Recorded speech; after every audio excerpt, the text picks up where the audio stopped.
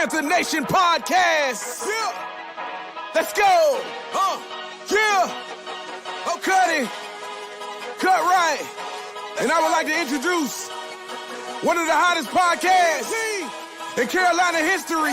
Let's go. Yeah. Talk, let's chat. We got time to chop it up. Talking analytics and fantasy draft. You know what's up. Panther Nation representing, cause this is where we talk that. Talk that's so incredible. Make them rewind that talk back. Pause. Talking Panthers football, we discussing it all. On and off the field, you know exactly who to call. You know we the #1 podcast. Competition is non-existent, you need to stop that. Pause. It's an honor to be a Panther fan, pause. At Bank of America, that is where we ball. Coming to the jungle, then you gonna feel the pause. Winning the trophy for the city, it is the call. Black, white, and blue, we going Carolina strong. And this is the conversation where everyone belongs. Discussing all the numbers and topics, you know we got it. We the hottest podcast, and we poppin', let's go.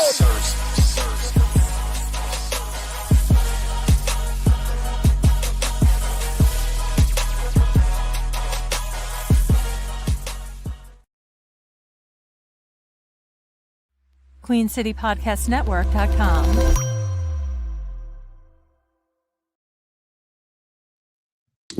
Yo, what's cracking, Panther Nation? It is your boy Rashad and Dave in the building for another episode on Tuesday. Dave, welcome back to the show. How was your cruise, brother? It was great. It was outstanding. A lot of ups, a lot of downs. It was good, man. You know, we missed an excursion due to like a miscommunication of time, but they refunded us. But so that worked out. But overall, man, I had a blast. It was a pretty good week. Shout out to Virgin. They took care of us. Shout out to Virgin, bro. Yeah, they took care of us, man. They took care of it. I hyped it up. How did you enjoy it? Oh no, it was great. It was awesome. Now we black, so we ain't making all the shows, you know what I'm saying? We missed the dinner, you know what I'm saying? We did some things. But overall it was great. Like my favorite excursion that I actually did make was when we went to Nevis. That was dope, bro. Like we got the St. Kitts. They put us on a water taxi. They hit Nevis Island, the birthplace of Alexander Hamilton. Learned a lot about Alexander Hamilton I did not know. Did not know he was half black. That is awesome. Enjoyed, had a blast there. They had us go to these multiple spots to have the rum punch. Every rum punch from each spot was more potent than the next, sir. Love a good rum punch. Love a good rum punch. Oh yeah. Nah, I had a blast, man. It was great. Good stuff. That's what's up, man. Virgin is lit. By the way, anything else? One last thing about going on that cruise. There's no kids on that cruise. No kids, bro. And the thing that I've come to the conclusion of after going on that cruise is that I could never go on a cruise with kids ever again. That's what I said. That's the same thing. Bro, I can't. Bro. There's no, like, you know what? Same thing I said, Dave. Yo, bro, I can't. You know, FTK to the fullest extent now, bro. I can't. So lit. Yeah. I agree, man. That's the same takeaway I had. No cruising with no kids is awesome. They'll get Disney if I go on a cruise. I ain't going on them regular cruises. I tell you that, bruh. Disney.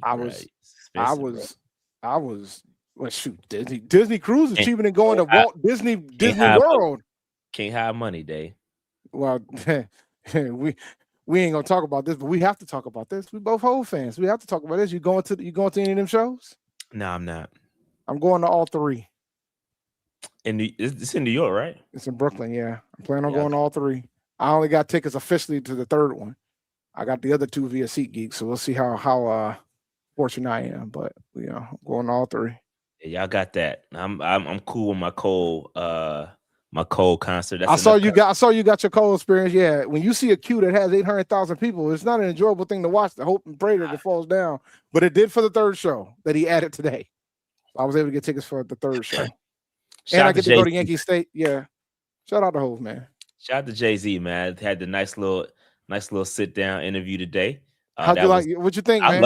I loved it, man. You know, I'm a. That's why I like Jay. Like, I like the inspirational.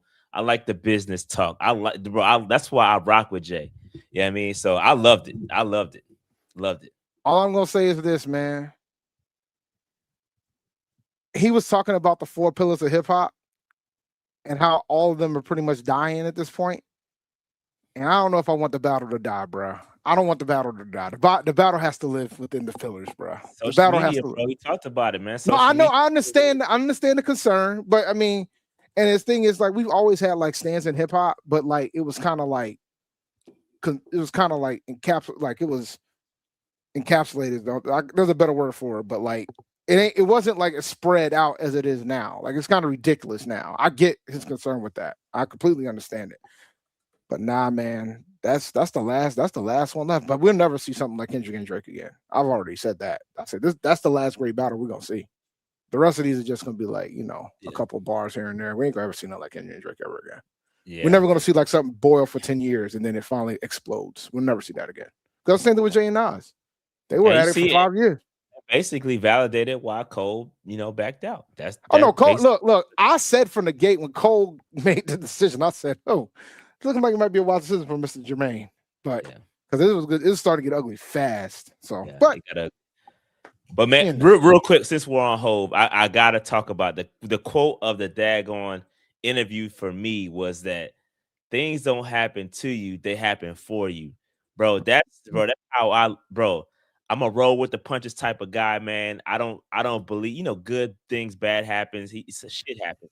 I agree with that, bro. I'm a roll with the punches type guy, man. So I feel it. Hey, man, shout out to Jay, bro. I love the interview, man. He's him, bro. He's him, and you can't tell me otherwise. Whether you like him as a rapper or not, the business acumen, all that stuff is dope. But don't want to turn this to a hip hop podcast, but shout out to Jay. I'm doing a show tomorrow. I'm doing a whole segment on rap. So y'all good tomorrow. Yeah, just go watch me tomorrow. And I don't want y'all asking me what I'm drinking. I know like a can. It's this water. This is Liquid Death. Liquid Death. Yeah. Liquid Death. Call us. I know, man. I just want people that what you drink is shot. No, it's water, bro. It's water. It's water. I need to drink more Liquid Death. Yeah, water. Water, Dave. But all right, Dave. I was in Raleigh this weekend. Had dance competition, dance dad duties. You know what I mean? So shout out to StarQuest Dance. That was dope. Good. My daughters did well. So salute, bro. You know how that go. Dance. Yeah. Dance stuff, man. It is what it is. But anyway, all right, let's go ahead and get into the content. Dave, we got a little bit to talk about. I don't know how long the show is going to be. We might end it off with a couple of mock drafts, as I did not give you a mock draft Monday yesterday. I was busy, so couldn't get to it. My apologies. But let's get to it, Dave. Stay on the prowl. Y'all know what that is. Go over to GameChanger.la. Use that promo code PMP10 when you do. Appreciate that. And let's get to it, Dave. We want to talk about DJ Chark retiring. It's a slow news day when you got to talk about DJ Chark retiring. You got any thoughts on DJ Chark retiring, Dave? No. Right. Well, I mean, shout out to him. We'll move on then. I had to give him a quick I didn't expect you to open with D. I'd rather talk about Hov. Like I didn't expect you to go. I mean, it's Panther related. I had to give him his flowers. You know what I mean? I didn't think you was going you know what? I think the thing was, I guess that's a good way to follow up talking about Hov and the cruise and Dan's dad. Is just go to DJ Chark. Yeah, DJ Chark had to lighten the mood a little bit. But we'll move on, Dave. He ain't really contribute too much to the great historic. Folks thought he was going to be the guy. Can we just talk about how folks thought he was going to be the guy? Let's go back because now we opened up the discussion. No, because he's wearing 17 too. So we want to talk about what we thought that folks was going to be the guy. You remember when folks thought he was going to be the guy? Everybody that wears 17 appears to be the guy. That's what they tell us. There's a lot of great 17s in Panthers history. Are there? Devin Funches, DJ Chark. Is that what we call them? Xavier Leggett. Like, there's a lot of great 17. There's only one great 17. And even me giving him credit is a miracle. But Jake Delhomme is the only 17. Jake Delhomme is the only one. He's the only 17 I acknowledge, Dave. And that's coming from you. And that's the part of that's how low the bar is for 17. But I just wanted to bring that out. I knew Jake wore 17. I just wanted to talk about some of the other folks who've worn 17. Since Jake Stop. Since Jake left. And let me tell you something, man. Maybe we need just retire 17 off the strength of that alone, because I don't know if we need folks. It maybe it's a wide anymore. receiver thing. We need to just get off of the wide. Yeah, like let quarterbacks can wear 17, but even then, I'm like, yeah. But all right, now we can move on. Now let's move on. You got some super chats before we move into the new signings day. You want to shout out to A-Cash. I might be jumping the gun, but we need to talk about Dan's legendary free agency run. Has there been a single signing other than that's an important signing though, where we can just say what the hell is he thinking? And honestly, the Stone signing in hindsight, now when you think about it, it made sense after what he found out about another person retiring. It kind of did. Depth. I don't want him starting, but yeah, no, it made sense. It's understandable. He had a plan B or C, if that's what you want to call it. Also, Tampa Bay Bucks just became the head and shoulders Bucks with Rose Bop, and Anna Lazone at linebacker. Shout out to you, A-Cash, for the super chant. Yeah, we got one more at the top, Dave. Oh, I missed one? Oh, snap. We have another op, Rose Boom. Shout out to Top Black 7650. Yep. We'll talk about all the ops in just a second. But yes, Rose Boom has made it to the top of the ops list. But yeah, we'll talk about him in just a second. All right, Dave, let's talk about these new signings real quick. We got AJ Dillon, running back, former Eagle, former Green Bay Packer. We'll talk about it in just a second. We'll break it down in just a second. Let's get to the other two first. We'll have a further discussion on AJ Dillon in just a second. Dave, we signed Nick Hampton, outside linebacker from the Carolinas, brought him back home. Again, some of these are going to be, camp bodies. I think Hampton is one of those camp bodies. I don't see him making it long term, but hey, it is what it is. Got to make it through the offseason. If he makes the roster, we need to be concerned about the outside linebacker position. Yeah, that's not going to happen. He's a camp. He's not going to make the roster. With all due respect. And then we brought back an op who's on the top op with the Atlanta Falcons. We brought him back, Felipe Franks, for the second. I think this is the second or third stint with the Panthers. He kind of flipped back and forth between the Falcons and the Panthers. Back with the Panthers again.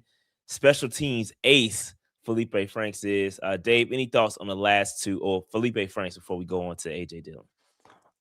No, shout out to Felipe coming back. It tells you how this team feels about the tight ends position too, by the way, low key. Well, yeah, I don't believe Felipe. I disagree with that. Felipe Franks is a special teams ace. That's why he's here. I know that's why he's here, but like I think anything to do with him in a tight end position. That's fair. I just for me, I don't think the tight end position is the biggest need as everybody else thinks it is. Like, I've been on the Panther Twitter streets. Like, a little bit of time when I was on the cruise, I hopped on Twitter and saw what folks was talking about, and I'm like, guys, I really think you guys really need to pay attention to what the Panthers are doing. And I don't think folks are seeing what the true everybody wants to focus on these offensive skill guys, and nobody's thinking about what we truly need. But we'll see. I don't have an issue with the tight end room, and it doesn't seem like Morgan does either. But we'll get into that later. I think it's BPA, man. Well, we'll talk about it. But I think it's definitely BPA when it comes to tight end. But yeah. But shout out to Felipe Franks. But let's talk about AJ Dillon for a second. AJ Dillon got a 1-year deal. I believe, again, this is a great signing to me. This is a low key. I know it may be one of them things where he might be a camp body too. Could be. But Dave, I like this signing because what he brings to the table is a short yardage power back that can get those, because that's what Rico was here for. Same thing, Chuba does it well too. But getting those 1 yards when you're not going to be able to QB sneak Bryce Young is exactly what we need. They're not going to run Dylan Brooks up the gut like that either. So this is why Dylan Brooks. I like this a lot. This is a great signing. Again, I like it. I like it. Dave, what's your thoughts? Well, I love this signing. I think this is exactly what we need. More of a power back type of guy. He knows how to. He's not going to be somebody that's going to be going to need all the carries, so to speak. So I think this is going to be a good 1-2 with Chuba. And then if we have Jonathan Brooks back, 1-2-3, and I'm not complaining about it one bit. Yep, exactly. And that's exactly what we need. Get a little 1-2-3 punch. If you get whatever we get from Brooks is a bonus at this point. We don't I'm not expecting much from Brooks. If he comes in, cool. If he plays well, awesome. But I think Chuba and Dillon, in the event something does happen to Brooks, I think we're just fine. I think that power run is what we need to switch it up from a change of pace from Chuba. And like somebody said, like Shaky, I don't know how you say his name, but AJ is a TD bandit. You get down to that 1 to 2 yard line, he gonna be taking those. He gonna be taking those touchdowns. So I agree. I agree. So this again, I like this signing a lot. I'm a fan. Anything else you want to talk about with AJ Dillon? Nah, man, I'm happy for this signing. When I saw it, I was happy, yo. It's a good signing. It's a good sign. It's a signing that makes sense. It just makes sense. You know, it's the continuation of the BPA theory. Yep. That's what it is for me. It's the continuation of the BPA theory. Agree. So I love it. 100% agree. 100% agree. All right, let's move on. We got a trade alert, Dave. We got a trade alert, and this is why Dan and them is cooking. It was made official today. I know it was announced last week, but it's made official today. Andy Dalton going to the Eagles. The Panthers are getting a 2027 7th round pick. I mean, Dave, what's your thoughts on this? I think the fact that we got something for him is a win. I mean, there's no ifs, ands, or buts about it. The fact that we got something for him, we didn't have to release him, is a win. You know? Yeah, I agree. I mean, I think you could leave it really at that. The fact that we got something is a win. Is because again, they were going to let him go, and everybody knew we were. We had already signed Kenny Pickett. Everybody knew we was going to get rid of Andy Dalton, and so for us to flip him for a 7th round pick that you could package up, I think we got 2, and I'll talk about the draft capital in a couple of slides. But the fact that we got anything for Andy Dalton is a huge plus. I didn't think we were going to get anything. I thought they were just going to cut him and call it a day, but they flipped him for a 7th round pick. You know, the Eagles needed a veteran. They got him, and I think Andy wanted to get out. I think that's basically what was said on the press conferences, is that Andy wanted another chance. He wanted to back up somebody else, and it is what it is. And so while prioritizing a mobile backup, and that's what we got in Kenny Pickett. Kenny Pickett can run. He uses legs. Andy Dalton cannot. And so that's why Andy Dalton is up out of here. So I think it's a good signing or a good trade. And just, again, we can't even be upset. You know what I mean? Like, you got something for him. And so it's all good. It's all good. Absolutely. All good. I'm cool with it. And it's been real, bro. Yeah. Peace out, homie. Yeah. You did your time. You did your bid. And now I'm curious to see how long it's going to take before the Eagles be asking for this man to start for them. Next slide, please. Bro, Dave, you be, bro. All right. This is what we have right now as far as draft capital, 2026 and 2027 capital. So if you look at 2026, we got 1st, 2nd, 3rd, 4th, 5th, and 2 5ths and a 6th. You know, and then if you go to 2027, you got a 1st, 2nd, 3rd, 2 4ths, a 6th, and 2 7ths. If you look at, again, those 2 7ths can be packaged up. You can move around in 2027, or you can use that 7 that you got, flip it in 2026, use it in 2026 to move up. There's a lot of flexibility with the draft, and that's what's been dope about how we've been moving. It's because we have not given up any future draft capital for the guys that we got, and we're still able to build, which is what Brandt Tillis talked about when he talks about the climb. We're going to talk about that a little bit later. But when he talks about the climb, he talks about drafting well. And we got enough picks to do just that. We're not mortgaging our future. I don't see us. We do trade within the draft, but I don't see us, doing anything crazy as far as trading future picks. But Dave, what's your thoughts on this draft capital? Shout out to Adam Thielen and the Minnesota Vikings. Salute, exactly. Salute to them. For sure. And I forgot we got a 5th too, man. Good. I'm looking at the 4th that we got in 2027. Yeah, salute to them. We did all right, man. We might get packaged. Cooked. Oh yeah. Cooked.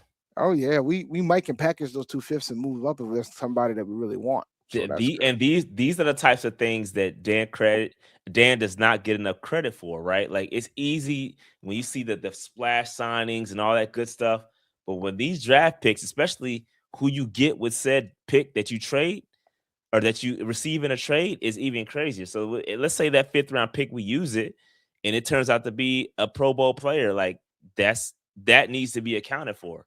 And Dan needs to get credit for that kind of stuff, bro. This is a really that Thielen trade is goated. Even getting some for Dalton is goated, bro. Like when I saw that trade, bro, I was like, what? Yeah, I do agree with Marcus here. I think the jury is still out on him being a good drafter. 2025 was more than decent. It was excellent. But 2024 was complete. It's not good. It's not good. So we've kind of leveled out. So yeah, I think it's fair to still have a question mark. I think he needs to back that up and be consistent. So yeah, who's the first round pick in 2024 again? 2024. That's a great question. That wasn't Excel. Yeah, it was.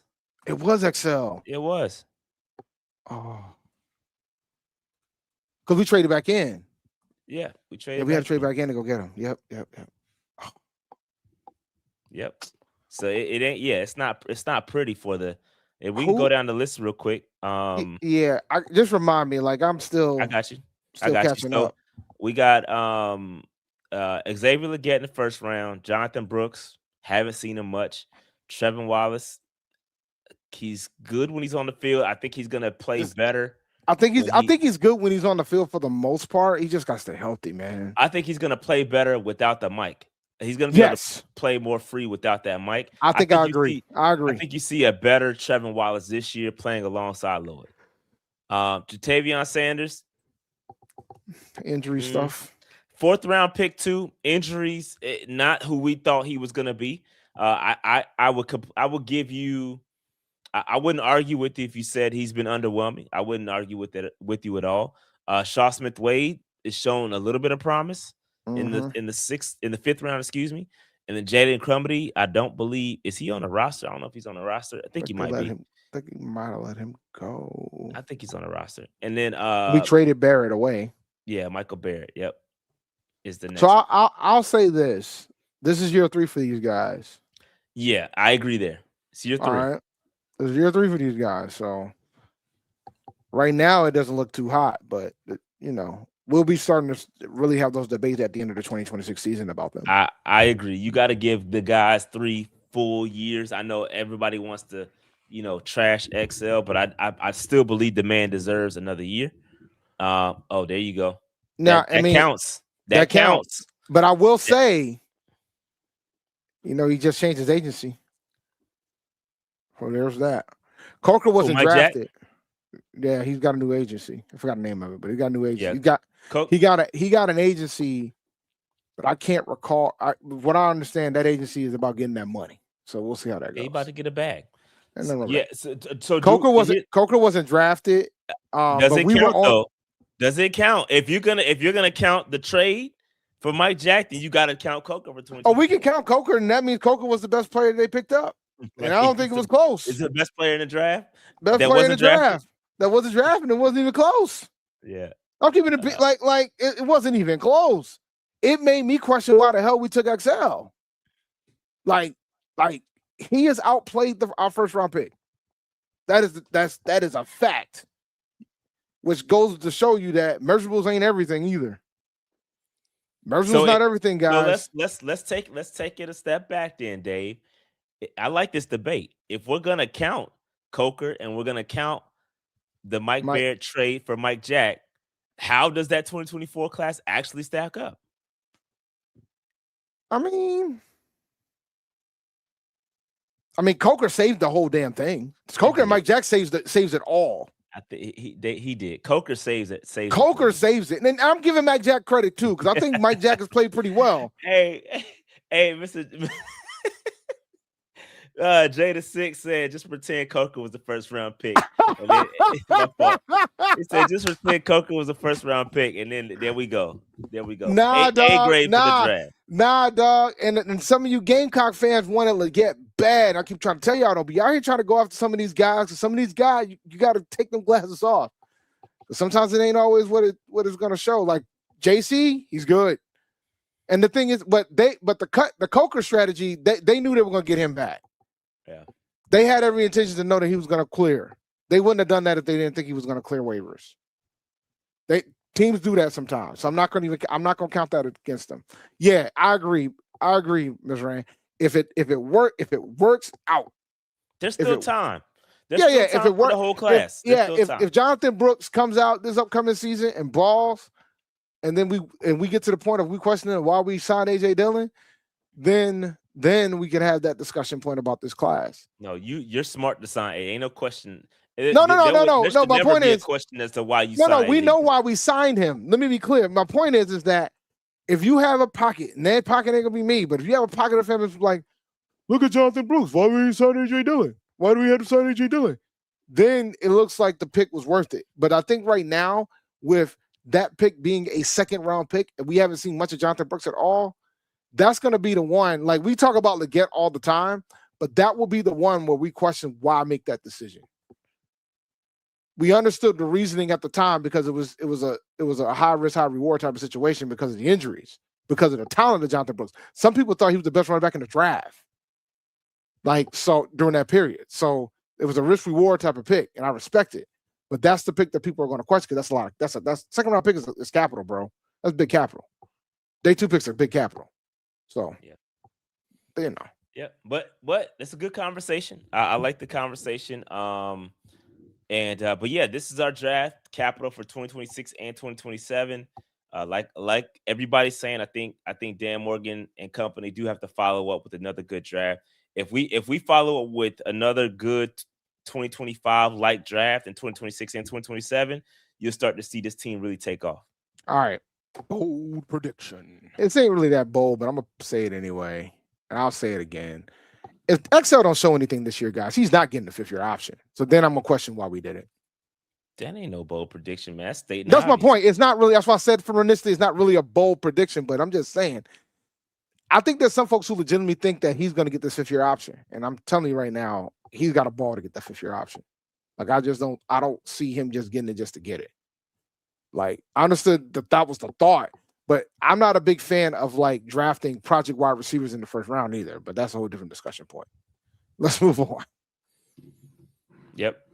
All right. Let's keep it moving. Let's talk about the updated ops list, Dave. We got some ops, and we starting to add a couple of teams to this list, mainly being the Lions and the Bucks. Bucks was already high on the op list. Lions, we cut you some slack because you got Aggie on over there in front office, but you keep doing what you're doing, and we're gonna have to move you up the op list. I'm sorry. You know what I mean? As long as Brad Holmes, who I went to school with, he can go on the op list too. Ain't nobody safe. Nah, dog. As long as Brad Holmes is, let me tell you something, my brother. As long as Brad Holmes is still over there running the Lions, I'm giving the Lions grace. I'm giving y'all grace. But once they decide to move on from him, full-fledged op. Full-fledged op. Lions is really pushing it. They pushing it. They are. But look, man, you can't get mad because they got good taste. I would have signed K. Mays too. I was them. That man can play all 5 positions. They're pushing it, Dave. But all right, here's the updated ops list for those keeping track. Andy Dalton has moved to the Eagles. Rico is with the Steelers. Cade Mays to the Lions. Ashawn Robinson to the Bucks. He's the ultimate op. Bump you in the click you claim.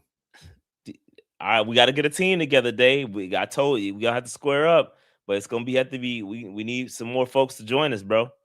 Listen, Ashawn man. is a beast, bro. We need I know who Ashawn is. I saw his picture. I know who he is. I ain't trying to squabble up, though, but he's still on the ops list. He op list.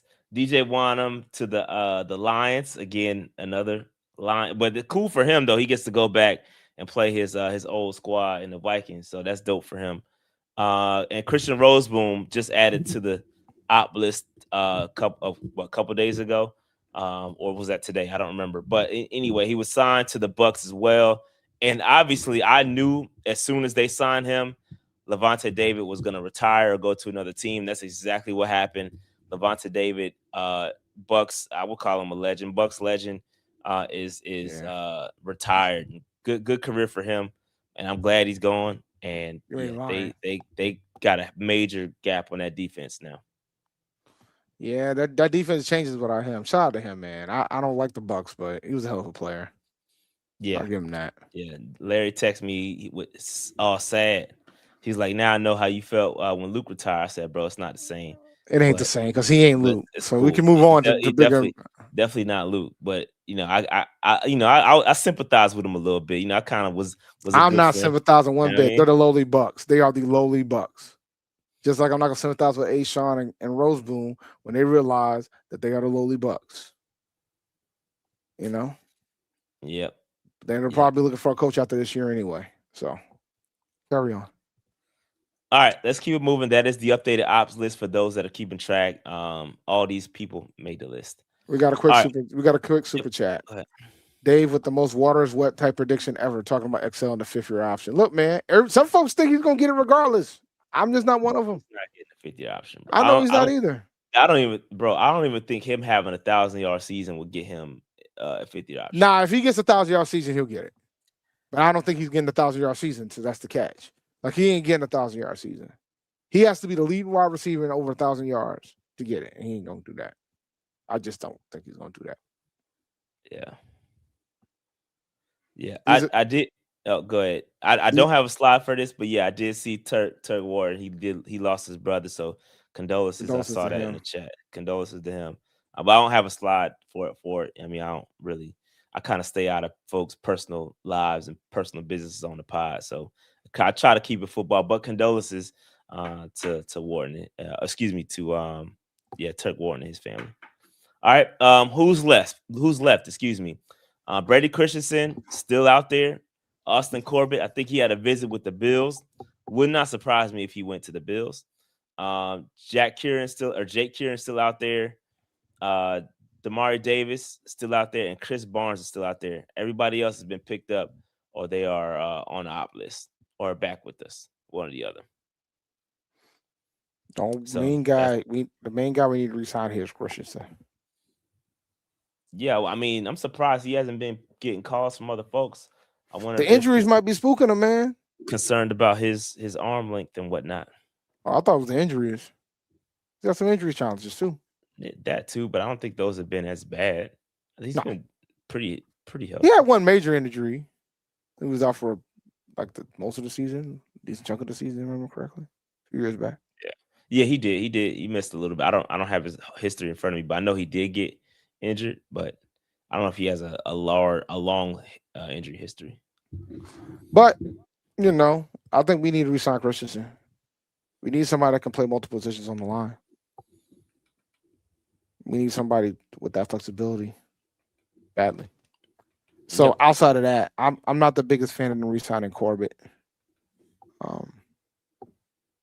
Everybody else, I don't know, man. You want to get that super chat? I am. Shout out to Miss Douglas 22. Is it safe to say Dan was not complicit with Fitterer's picks during his time here, or is it too early? We all think there's been a shift in the mindset of the organization despite the 2024 class. Yeah, I'm with you there. I agree there. I don't think he was the biggest fan of how Mr. Fitter was operating the front office at the time. But yeah, I would agree. I mean, there would have to be some sort of separation, or else he wouldn't have been hired. You know what I mean? So there had to be some disagreements somewhere along the way in order for him to you know what I mean, to get hired. So salute to Dan Morgan and distance himself from Twitter, because I agree. All right, let's keep it moving. Patreon.com/Panther Nation PC if you want to support the channel, man. Appreciate everybody that has joined, that's locked in on Patreon. I have a few new Patreon members that I want to shout out because I did not get a chance to add them to the list. I'll get to them in just a second while Dave is doing underdog. But shout out to all the MVPs, man. Salute to y'all. And shout out to the franchise folks, and salute to the free agents as well. Could not do this without you all. We appreciate all the support. Yeah, Really appreciate it. Dave, you want to hit Underdog? Yep, man. Make sure you guys go to underdog.com / and use the code PNP when you do it. We ain't got no slashes. Ain't no slash today. No slashes yet. So make sure you guys check out, March Madness is happening right now. They're doing higher lowers there and things of that sort. So make sure you check out underdogfantasy.com and use the code PNP when you do. Salute to and I'll get to those extra day. I'll have to sign in. I'm gonna give them the shout out before the end of the show, but there's like two or three new Patreon members that signed up. I gotta give them a shout out. All right. All right, let's keep moving. Dave, we'll get into the crux of the show. Was really about Dan Morgan and Brandt Tillis's press conference. Both of them had press conferences. Brandt Tillis was today. Dan Morgan's was the other day. I can't remember. Was it Monday? I believe. But Dave, what are your thoughts? Did you happen to listen to them at all? You got any overarching? Bro, I got back. I didn't even talk to you guys about my adventure in Puerto Rico flying home. It's been a long week. I've been exhausted. I saw like snippets of it, but I didn't watch the whole thing yet. But yeah. I saw some of the dialogue on Twitter, and people were kind of impressed with what Dan was talking about, except the exception about certain positions. All right, let's talk through it. So he talked about his history in being a linebacker and being a player, and how it kind of aligned with the signings of Jalen Phillips and Devin Lloyd. He talks about like the motor over stats. He explicitly pushed back on the idea that Jalen Phillips' value is tied to his sack numbers.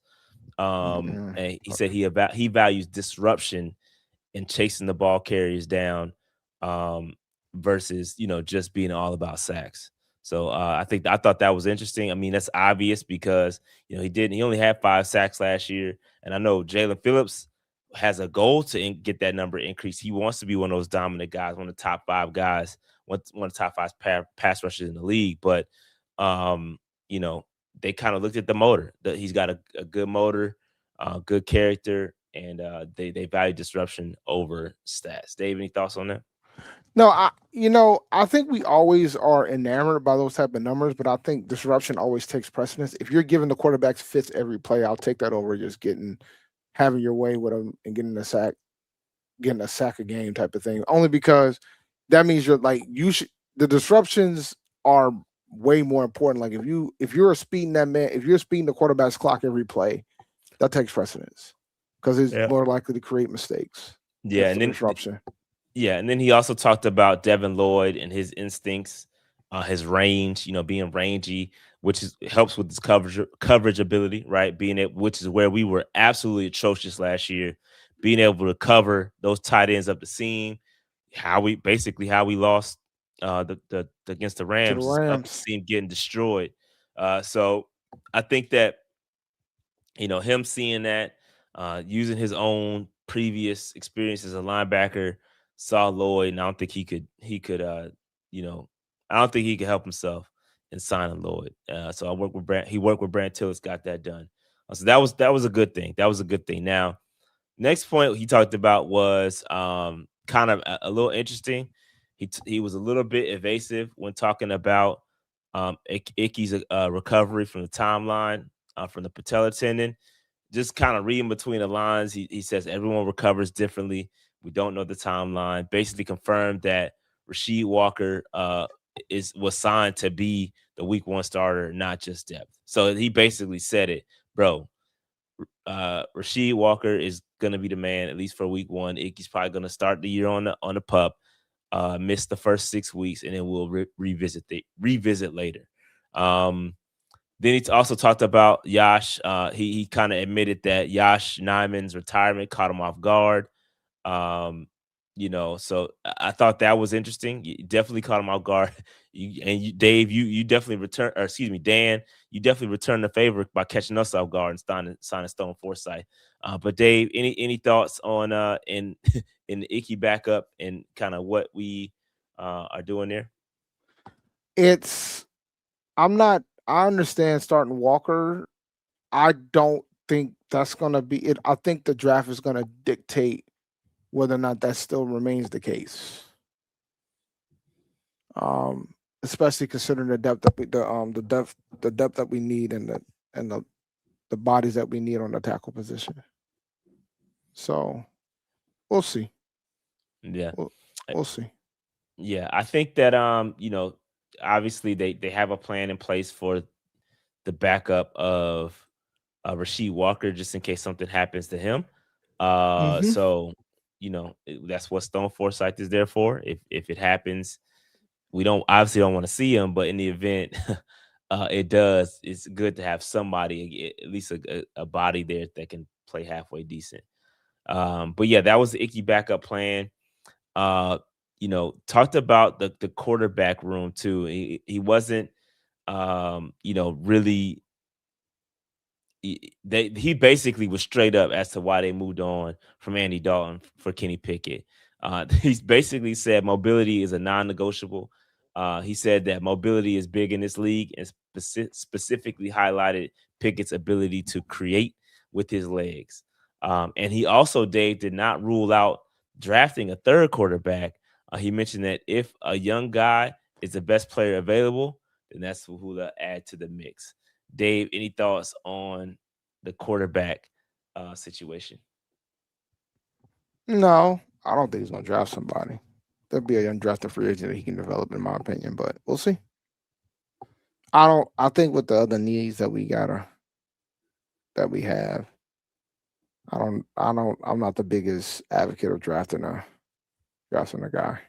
Unless there's somebody in UDFA and you in the final round, your final pick, and you're like, I'm going to take this guy because there's nobody else on the board. I mean, everybody else on the board is comparable. I mean, you are.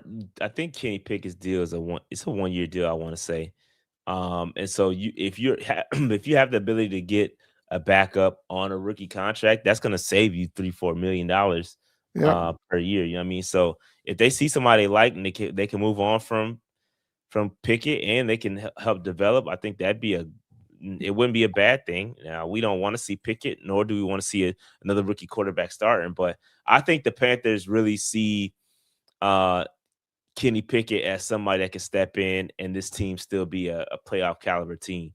Right? I don't think they're going to want to put it in the hands of a rookie. That's just my opinion. I could be wrong on that, but I think that's what it is. All right. So the next one that was kind of interesting was the homework done on Mechie. That definitely relied heavily on Bryce Young for the Mechie evaluation, and I think that's dope.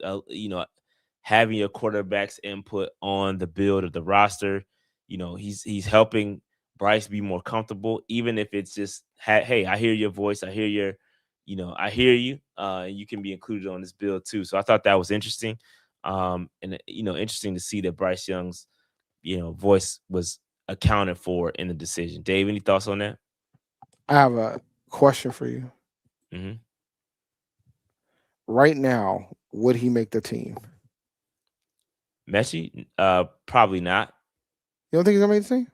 I would say not right now, but I think he has an opportunity to work his way on the roster. I think yes. I think he could absolutely make the roster eventually, but I would say right now.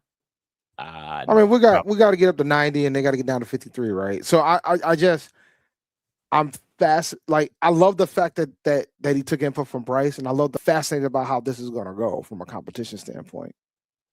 Like, are we going to have the same situation that we had with my man David? I can't remember his last name right now. The wide receiver. More. You know what I'm talking. My memory is trash. Who are you talking about? The wide receiver, like, that was with Canales in previous stops. Moore. Yeah, David Moore. Yeah. I had the first name. So like, is it gonna be one of them type of situations? We'll see. Time will tell. I know everybody doesn't think David Moore should be making these teams, but he always shows these teams. Well, that's different though, Dave. He knows the system. I think it's completely different from a Mechie situation. I think you talking about a guy that second round pick. I mean, I think there could be a resurgence getting back with your college quarterback. Mm-hmm. The chemistry's there. I think that he could now. I mean, talk through it. talk through it. Who's your top 5-6 guys on the depth chart right now? Right. I don't. If you putting a gun to my head and making me pick, I don't know if he has a role, bro. Right now, like right at this moment. Is he a speedy guy? 'Cause I don't know too much about him. Is he a fast guy?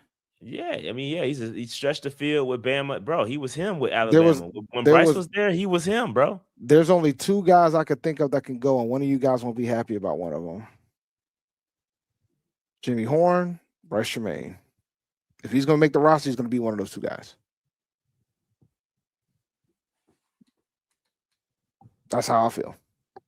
Because we know that Legette's safe, Coker's safe, T-Mac safe. I think David Moore's safe. Y'all don't want to hear that, but I think he is safe. You know, so I don't know that he's safe. Who? Moore? I think that whole no in the system thing, bro, it's year 3. Like we don't need. You got Coker. These guys are starting to develop now. I don't think that veteran presence of knowing the guys is necessary. If he's more of a route runner, he'll make the team. I don't know. The good news is there's competition there, bro. That's the positive. No, it's big. I mean, in that case, Tremaine and Moore are probably safe. Yeah, I think Moore is safe, but we're gonna see. Moore is safe because of special teams. But yeah, well, this is gonna be interesting to watch. I will say that. It'll be interesting to watch that competition. Yeah, it's gonna be interesting. I just thought it was intriguing as to why they I don't know if we. Yeah. Would we trade him? Who would take him? Serious question. I don't think we would trade him though. I think there's folks that still believe in Legette, and I don't think they're ready to pull away yet. But yeah, I don't think X will go anywhere either. I agree. All right, the next one. Yeah. All right. The next thing I noted was the family atmosphere narrative. Morgan made it a point to comment about the NFLPA player polls, which we did not talk about on this. But he did mention that when he had the first look over it, it was harder to attract guys. But now the guys really wanted to be here. So the shift is that the players are now seeing Carolina as an up-and-coming team, trending in the right direction because of Dave Canales. So there's a culture flip happening in Carolina. And so, yeah, I think that's dope, man. I think that the culture shift is definitely happening. Any additional thoughts on the culture, Dave, and what Dan Morgan said about it? I think it's great that we had such a jump from a players voting perspective of how great our franchise is operating now. And it is, and one of I think it was Phillips that made the comment about the fact part of the reason why he chose to come to Carolina because it was up and coming. So I love seeing that type of stuff. Making the playoffs matters, believe it or not, folks. Winning the division matters because you see the growth. Like I know some folks are always in tank mode because there was some folks last year that didn't want to be interested in going to the playoffs. But I'm like, if we got a chance to freaking make the playoffs, let's make the freaking playoffs. We ain't been there in a decade. We ain't won the division in a decade. Like, what we doing? So let's go. Let's play. That's how I feel. So I'm happy that it's changing because that attracts better players here. And we don't necessarily have to always overpay them. If it's an attractive destination, we don't have to overpay some of these players to get here. Shout out to Top Black 7650. I feel Walker run block will get better with the help of D. Lewis on the left side. Yeah, because he is more of a pass protector and a run blocker. But yeah, I think Rasheed will get better in the run. He's gonna have to because we are run first team. So I think we want to be a run first team. I don't know if we will eventually be one, but I think Canales wants to run the football, so he's gonna have to get better there. Yep. All right. So the next press conference was Brandt Tillis. Brandt Tillis had a press conference as well, and I thought there was a couple interesting, other than the mishaps from the audio. Somebody was playing something on their phone, and there was a FanDuel commercial playing. It was really weird, but It's the first time I've ever seen it happen during the press conference. But I thought this one was also pretty interesting when you talk about what Brandt Tillis did. I think it was very interesting when he talks about the climb, right? He has this process that he outlined. He talked about building, contending, and sustaining the climb, right? He says we're going up the mountain, using that metaphor to describe the team's current state. Broke it down, like I said, into 3 distinct phases: building, contending, and sustaining. He says the current stage that the Panthers in, he believes that they are officially in the building to contending transition, right? So he says the in-between phase is where you'll see the more calculated risk-taking, like the restructuring of Derrick Brown's contract to maximize the window while Bryce Young is on his rookie deal. So these are the types of things that are occurring right now. So we're transitioning. He didn't say, which I'm surprised. And I guess he has to see it on the field, but I'm surprised he didn't fully fledged put us in contending category. Just because you're making moves like you're contending. You signed Devin Lloyd, you signed Jalen Phillips. That to me signals that I guess we're transitioning, but we need to see it on the field. So I guess it makes sense. It makes sense. He did also mention that they could be doing some more restructures with JC Horn's contract potentially. There's some other ways they could find money. He says, but he only likes doing that when necessary. So he's not going to do it until that is completely needed. So Dave, any thoughts on when he talks about the climb? That building, contending, sustainability. Yeah, no, I agree with it. I think that he knows what it looks like. So I'm rolling with what he thinks, and I think we're going in the right direction, man. Like, so I'm happy to see us build this team the way we should. Like, calculated risk taking using the Brown contract as calculated risk taking is interesting, though. I'll say that. I don't know how big of a risk that was. It's not really. That's the crazy thing. It's not really. That wasn't really much of a risk at all. It could in his mind from a cap perspective. That's where I think his risk and our risk are different definitions, basically. No, I think he's more concerned about the cap more than anything. To him it's more of a cap risk than anything else. But yeah, I thought it was interesting. It also was going back to kind of correlate to what Dan Morgan said. Having a seat at the table was very interesting, bro. When he talked about this, he talked about the Tepper Morgan Canales effect, the then versus now. 2 years ago, Tillis had to sell his vision to get agents to pick up the phone. Now the shift is that they have a seat at the table. By default, the players are seeing the 2025 run and they want in. They want to be a part of this team. So, he was blunt. He was also blunt about nobody's taking a hometown discount. So we, oftentimes we get up here and say, oh, players will take a discount, to play closer to home. He said, nah. He said that doesn't happen. He said it didn't even happen in Kansas City. He says it's still a business, but the recruiting phase is never over. So Dave, what are your thoughts on that seat at the table comment? I thought that was very, very, I mean, it's we know it, like optically we know this happening, like we can see it, but for him to say it from his perspective is very interesting. But it's tough being in a front office on a team that hasn't made the playoffs in a long time, man. It's tough because at that point you gotta, like you said, you gotta sell the vision and you also gotta sell the destination. Fortunately, Charlotte is actually a pretty good destination. There's worse places to be than Charlotte. So, and a lot of folks, when they finally get to come here, they get to understand why Charlotte's such a great place to live. But yeah, I completely get it. I get it, man.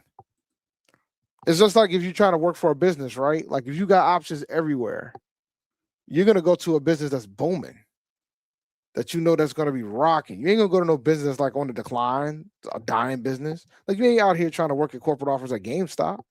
They're a dying business. They doing stuff, but they ain't really doing stuff. You know what I'm saying? Like they're out here selling plush toys instead of video games. Like they doing stuff, but they're not.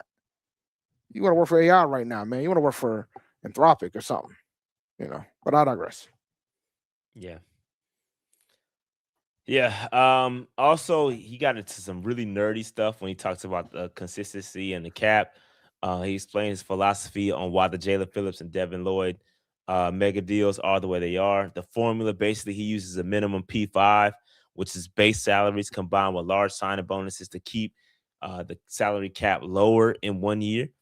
So obviously, Jalen Phillips cap hit and Devin Lloyd's cap hits being low in year one allow them to have the cash on hand to go out there and sign a guy like Rasheed Walker and AJ Dillon. So it's just it's cool when you hear the guys, the cap guys really talk about and be super nerdy about how these contracts are structured. So very, very interesting. Very interesting. Dave, any thoughts on the contract structure? It was interesting to get that perspective regarding that from you and him about how he does it. Um, so and when it sounds like when he was talking about why he does what he does to sign depth, I think that's beautiful because you actually get some talented depth too, like an AJ Dillon.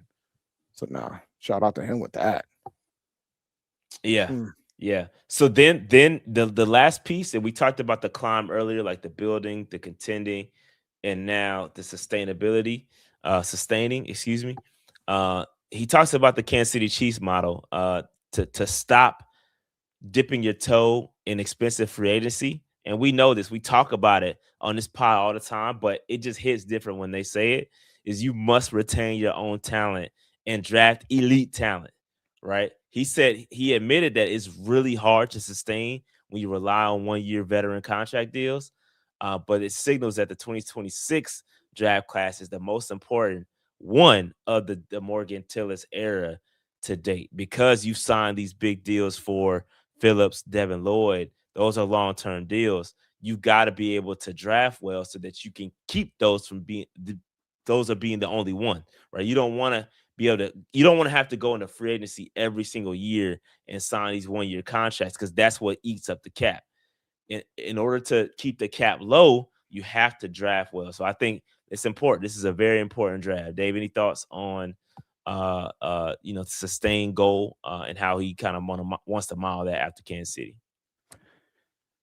I found it fascinating that the 2026 draft is going to end up being the most important one. So that's going to be something to keep an eye on. I have an inkling they're not going to be selling to me. They're not going to be drafting projects in this one, boys.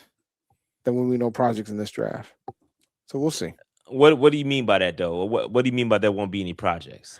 As in, I think you're going to have players that's going to develop, but they won't require as much development as some. Like XL, when he got drafted, was a project. I don't think we're going to be going that deep in projects on higher picks. Like I think we'll do projects in the lower, like on the day 3 picks. Like I don't think like the raw talent guys, those are day 3 picks. I don't think we'll be doing day 1 picks and day 2 picks on raw talent guys. That's what I'm getting at. You know what I'm saying?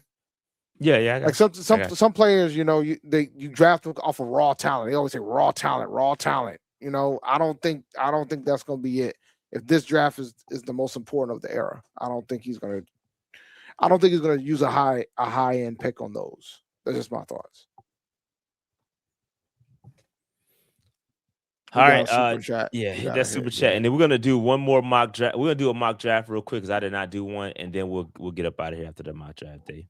The best tackle, shout out to Stu JX6 feed. The best tackle will be long gone by 19, but maybe not the best center. Would be nice to seal the interior offensive line for the foreseeable future and balance the cap. I wouldn't be mad if we took a center at 19. I think it's going to be based on what. It ain't sexy. If you know how folks are, Dave. They would hate.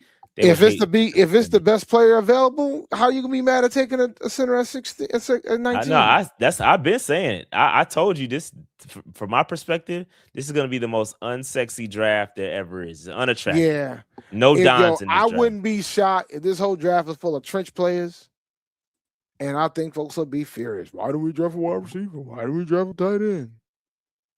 This is gonna be trench heavy in this draft. And it's going to be hard to convince me otherwise at this rate. All right. I'm going to pull up this mock real quick, and then we can get to this mock, and we can then we're going to get up out of it. I did not give y'all mock draft Monday, so that's on me. Got really busy. It is what it is. Dave, this is one of trade. I'm gonna reject. I'm not gonna get any trades right now. Oh boy, I would have took that shit. Well, these aren't ever I know. Just that realistic. no trades. We'll do no trades. I would. This is That was a good one too. This is reasonable. This is reasonable. You want to trade back couple picks and get? Hell yeah, let's do that one. There's a top tackle here at number 9 though. But realistically, there's a lot of tackles here. You would get one of them if that's what you want. Yeah, I would, and then we get an additional 3rd rounder. I'll say do it. Y'all want to take the trade and get an additional 3rd? Is that yeah? Because that's about right. That's actually pretty realistic. Yeah, I'll take that. Say we'll trade back. Let's take it. Let's go. Let's see what happens. Let's reject these. So we traded back a couple of spots, and here we go. You can get Blake Miller. You can finally draft a Clemson guy, or you can take Peter Woods. CJ Allen, the linebacker. You could still. I can make an argument. The linebacker's still a need. I can too. Got this. The world. Oh, it looks different. Good stuff. Good update.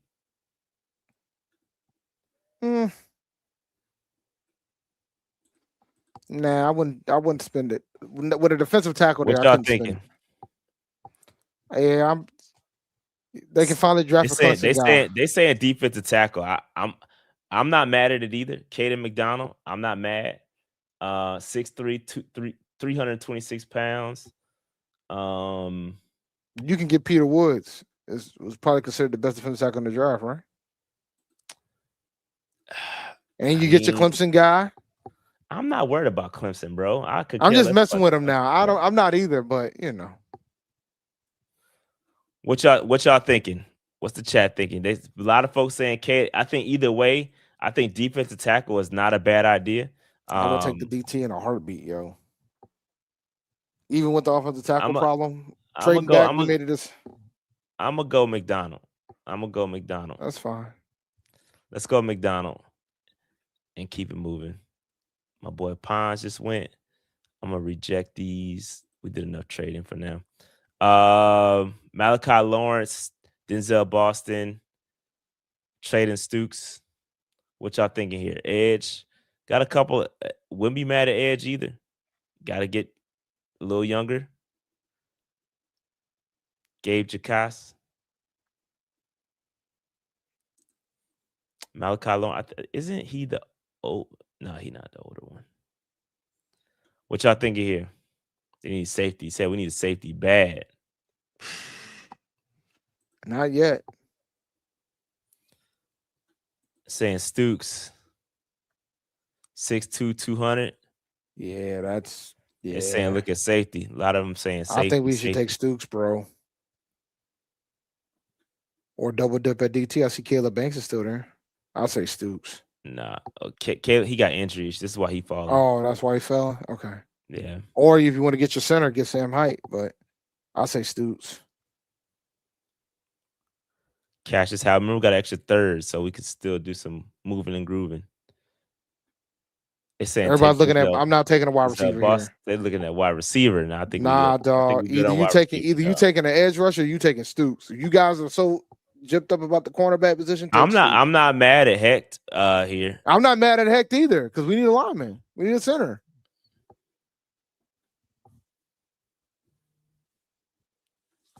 I don't care about having the best wide receiver in the draft if we ain't got a line to block the quarterback. Y'all talking about positions. We don't have positions. We take names, not positions. All right, I'm gonna take the center here. I'm gonna take Heck. I know folks wants folks to take Boston, but all right, we got an additional 3rd round pick here, so we can still go. Here goes a safety. Y'all like Kamari Ramsey?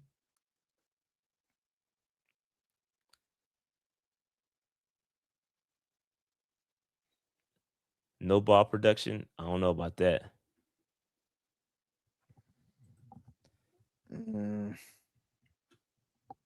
Let's see here. Tackle. Not mad at no. Caleb Turner. Okay. I don't know. I don't I know don't know about much about him Northwestern either, like that. but I just saw defensive tackle, and I'm saw offensive tackle, and I'm like, Couple options here. You got linebacker. Bryce Lance if y'all want a wide receiver, but Not we don't mad need to at get one now. Kilgore more of a. Yeah, Kilgore is still here, y'all. Remember we have an extra Third. Yeah. So do we take the same Malik?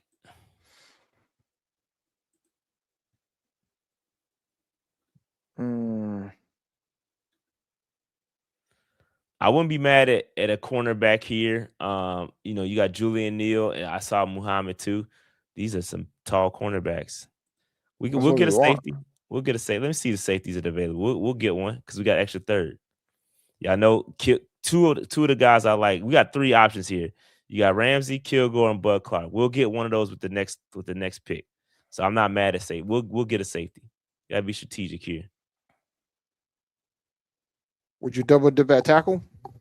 Defensive tackle? No. I for me right now, I'm either taking a cornerback or I'm going to take a safety here or tackle. I would take the tackle personally, but I'm not mad at tackle. This dude tall, 6'7", 320. I don't know his game like that. I don't know his game like that. They're saying tight end too, man. Y'all no, man. Tight ends, stop bro. the madness. We gotta protect Bryce. If we're gonna get people, we gotta get folks in the trenches. I think we should take the tackle, bro. Linebacker. Kilgore's a dog. We got a pick in 5 picks. Yeah, we're good. Like let's take a tackle here. Cause I don't think it's gonna get any better after this. They're saying Neil, bro. They're saying OT. Take the tackle, man. A lot of Neil, bro. Take the tackle. I'm telling you. All right, I'm a tackle. But Dave, I don't know nothing about this man's game. I don't give a damn. That man's weighs 325. I'm gonna take the tackle for Dave, and then I feel like we should have went cornerback there, and I'm gonna take. You can still take quarterback if you want. Kilgore just went. Kilgore went after we took him. I'm gonna take. Should we take Ramsey here? You could, or if you really think corner's a bigger problem, take the corner. Or we could take Neil and try to get what's his name in the third. I think I would take if you think corner's a big deal and you need a corner. Say we should take the corner. Kilgore. That's funny. And hindsight's 50-50. Shout out to Cam. So I would take Neil. Just take Neil. And then wait till Bud Clark and see if Bud Clark's there at 111. That's gonna be. I'm not taking no tight ends, man. I'm not listening to y'all tight end requests. I don't think we'll get Bud there. Wait. Where's Bud ranked? Bud is 111. He probably won't make it to us. He'll be there. I don't think so. I'm gonna go BPA here. I'm gonna take or should we go Ramsey here since we need a safety?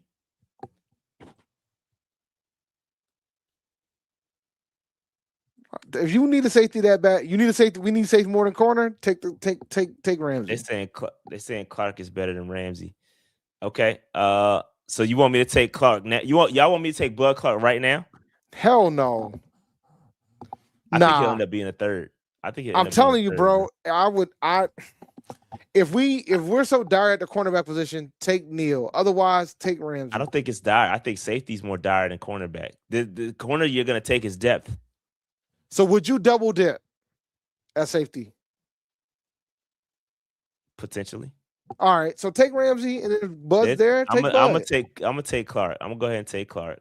Oh my God, man! I'm gonna take Clark. Listening to these humanoids. All right, here we go. Derek Moore at edge here is not bad. I wouldn't mind taking Derek Moore right here. Derek Moore.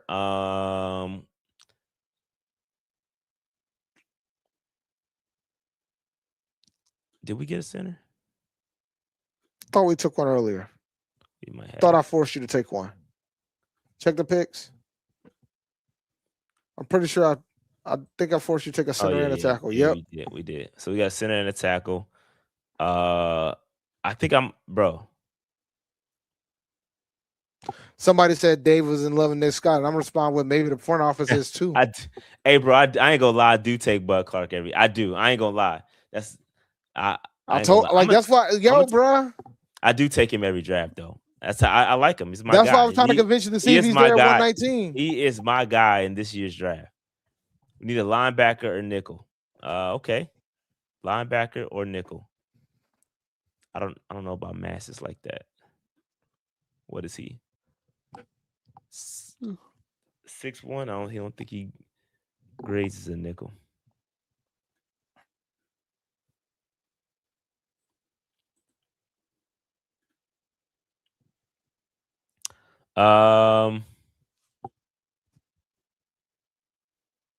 There's no linebackers. I mean, Kyle Lewis outside. I think Derek Moore here. I think I'm gonna go Derek Moore. Yeah, I'm fine with that. I think I'm gonna go Derek Moore. Some edge depth. We need it. We need it. We need it. We got some back-to-back picks here. I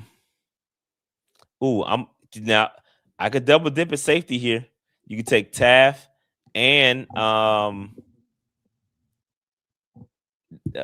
like Taft a lot too. But he's another one I would take. Guard. I don't see any linebackers here of note. We're done here. We didn't get him early. We ain't getting one. Yeah, I don't see any linebackers of note here. We're done here. We missed our shot at linebacker, bro. That's funny. If Bud Clark ends up being a bust, will Shy stay on the train long? Probably will. I ain't gonna lie. I probably will. I ain't gonna lie. He gonna hop on that train. Sue me, bro. Sue me. All right, what y'all want to do? What you want to do here, Dave?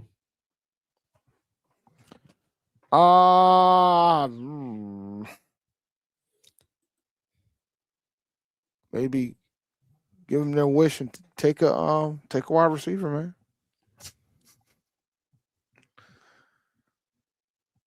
Hornets being up 44 is wild. Yeah, so Preston Hodge for nickel. Yeah, I'll do that. I'll take Preston Hodge. We got back-to-back. And then who else? I can see guard. Y'all want to take we got 3 offensive line. I wouldn't take another. So what? We already got what? 2. Your center can play guard too. Your center can play guard too. Any good tackles? We got a tackle. So what? We got 3. We're gonna have 3 in the entire offseason. All right, fine. What y'all thinking here, y'all? Take another safety. It's saying Taylor Green, backup quarterback. Take another safety. 6'6", 230. Take another safety. That man got a RAS score of 10. This could be our backup quarterback, bro. Yeah, he is a quarterback, but take another safety, bro. Take another safety. It said Green is ass. Take another safety. Landon Robinson. Or take another tackle. I ain't mad at that either. Double dip at tackle? Hell yeah. I ain't mad at that either. Take another tackle. I'll take Robinson with double dip there. That's our last pick. That was it? We got one more. One more. Yeah. This upcoming was our last pick. All right. Guard. There you go. Take Cole Payton. Y'all want a quarterback so bad? Take Cole Payton. You want to take Cole Payton? You know this. Do you put your name on that one, Dave? I'll put my name on that one. I watch FCS. Take Cole Payton. All right. Dave wants to take Cole Payton in the 6. So y'all want a quarterback so damn bad. So there you go. Get an FCS guy. Y'all go watch some tape with Cole Payton. That's your homework for today. Cole Payton's not inaccurate, so at least you got that. they say it's Smh. What? All right, here we go. Caden McDonald, defensive tackle. This is what I think. This is gonna be one of them unsexy drafts. I'm just telling you, unattractive drafts. This would be an unattractive draft that y'all would hate, but ultimately, this is a roster building draft, bro. This is a roster building draft where you need guys that that are going to take place of guys that are on 1 year deals next year. On the next draft I'm going to take a look at all the 1 year deals that we signed, and I'm going to look at those positions and draft players in those positions, because I think that's what this type of draft is going to be. All right. And listen, I don't know much about Taylor Green. Where's my mouse at? Because my mouse ain't moving right. What the hell's going on with my mouse today? There we go. I don't know too much about Taylor Green because I don't be watching SEC like that. But I'll tell you what, Peyton is mobile as hell, bro. And he can play. So, yeah. Shout out to Ty J92. Y'all should get the real ball watcher back on here for another draft collaboration. That's Love our it when guy, you guys synced up. That's our guy. We definitely gonna get him back on the show for sure. Absolutely. He's our guy. We got to get him on here. We're about a month out from the draft, man. It's kind of wild to think. Yep. But all right. With that said, y'all, we're gonna get up out of here. Good little fun little way to end the show. And I apologize for not getting y'all a draft. Just got busy. It is what it is. One thing I will say. Yep. If you guys got to fly, get there early. Oh yeah. Yeah. One thing. So let me tell y'all what happened, then we'll close out the show. So when we got back, me and my lady got back from San Juan, got to San Juan to fly home. So when you fly out of Puerto Rico, you got to go through USDA. The line for USDA was outside. I paid somebody to cut the line because I saw other people paying somebody to cut the line. So I paid somebody to cut the line so I could get up front the USDA line. And I got there, and I got to the airport 4 hours before my flight. Then we had to take our bags to the airport, to the airline, like you normally do. That didn't take that long at all. And as soon as we did that, they told us we had to go back outside the TSA. I know some people are like, pre-check is the way to go. No, it's not. Pre-check is slower than regular, to the point where folks that were in pre-check were told to go back into the regular line. So they went to the regular line. I paid for security, priority security, but I had to wait in line in TSA 2 hours before I got to the point where I can cut the line for that. And I literally got to my flight once it was time to board. Like I barely made my flight to San Juan, being there 4 hours prior. I got very lucky. Very lucky, very fortunate. I had to pay to cut lines. So make sure you guys get to the airport early, particularly folks that are in like the big hubs like Atlanta, Houston, and whatever. Yeah, I'll be going. I'm going to Houston in a few weeks. Which one? Bush or a Hobby? I don't know. I didn't book it. Hopefully they book Southwest, so you go to Hobby. I'm going to Houston. I'm going to House. We not flying Southwest, buddy. Oh, okay. I'm sorry. Yeah. Bush is pretty rough. Hobby is pretty stable for the most part. Yeah, I'm flying to Houston on Thursday for a tournament, so we'll see how that goes. But all right, man, I'm done. There goes my story. Thank you for coming to my TED Talk. Just get there early, man, or consider driving. All right. Make sure you hit that like button, subscribe button, notification bell, get in the comments, man. We up out of here. We'll see y'all next week. We'll holler at y'all. Peace. Shout out to PNP. It's Rasheed and Dave. Keep the vibes up. Ain't nothing serious, we just having fun. We the best podcast. PNP. No need to pause. Keep pounding.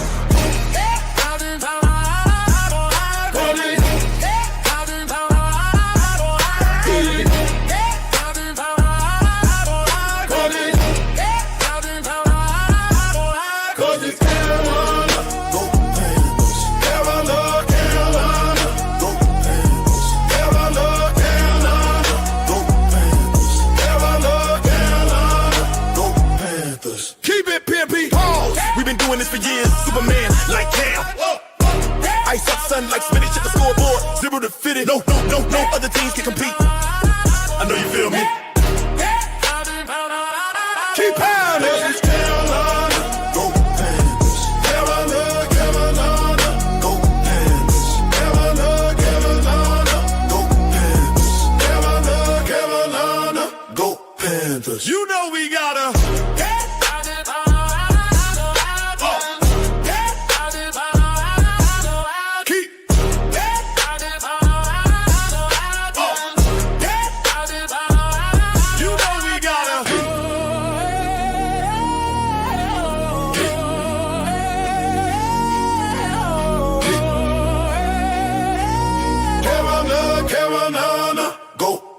Panthers. You know we gotta.